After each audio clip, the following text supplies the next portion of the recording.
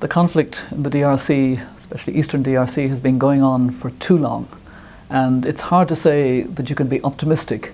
I think I would borrow what Archbishop Desmond Tutu says, that he's a prisoner of hope. And that's why I described the peace, security and cooperation framework of the 24th of February as a framework of hope. It sets up quite a sophisticated procedure of a regional oversight mechanism, which was signed by the 11 member states with 4 guarantee institutions: the United Nations, the African Union, SADC and the International Conference of the Great Lakes.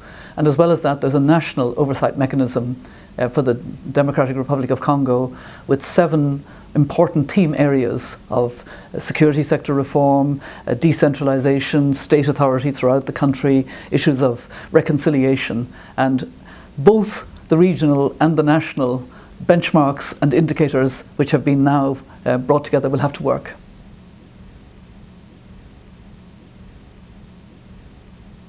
The framework of hope, I think, gave a sense that this time the region is very committed as a whole to resolving this long-running conflict.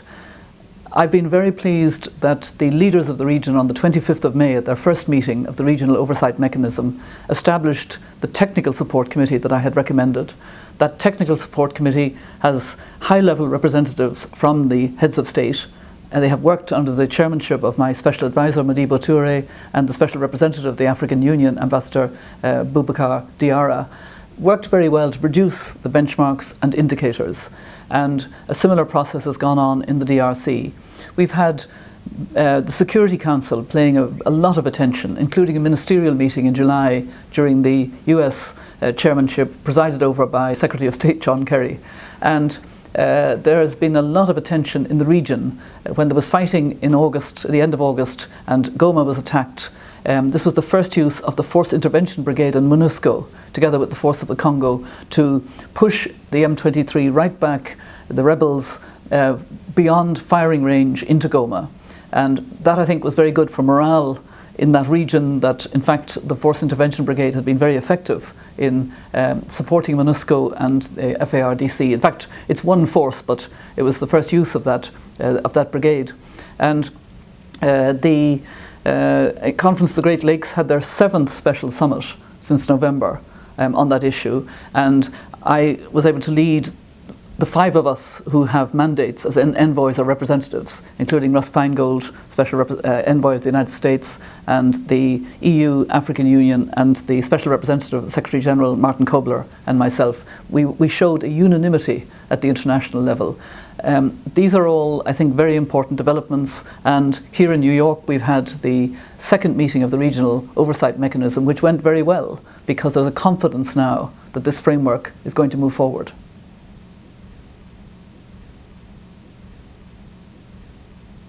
We're now at the serious stage with the framework of implementation. The commitments were made when the framework was signed. The work has been done to flesh out how exactly this will be done and in what timescale and by whom in particular. And I hope that there will actually be a kind of oversight by the peoples of the region. These benchmarks are going to be available as tools to hold governments to account. I will, as Special Envoy, be working hard with my team, but in fact, every government has to be held to account for what they have promised and what they're working on to be implemented. And it means we have to tackle the root causes. We have to look at how to ensure that refugees can return and safely. We have to deal with the issue of conflict minerals. We have to deal with the development issues. And I put a great emphasis on what I call a bottom-up approach. Women's groups have to feel that they are part of the decision-making and they will benefit, that there is a peace dividend for families and communities in each of the countries of the region, particularly in the core countries of the DRC, Rwanda, Uganda and Burundi. And that we will work on over the coming months.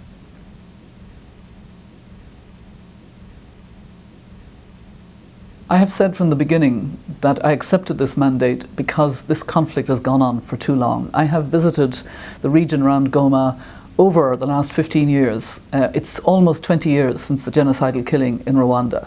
It's been far too terrible, a continuing conflict. You know, between 5 and 6 million people killed. It's appalling.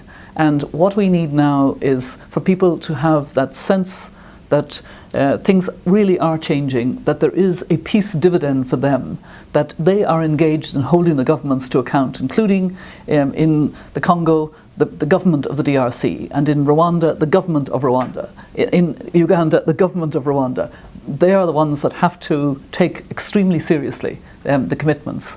And I really believe that because there is a development component after the joint visit of the Secretary General Ban Ki-moon and the President of the World Bank, Jim Kim, where the World Bank said there would be up to $1 billion available for projects. And at a meeting of women's groups in Bujumbura in July, the World Bank committed to a further $150 million for women's projects.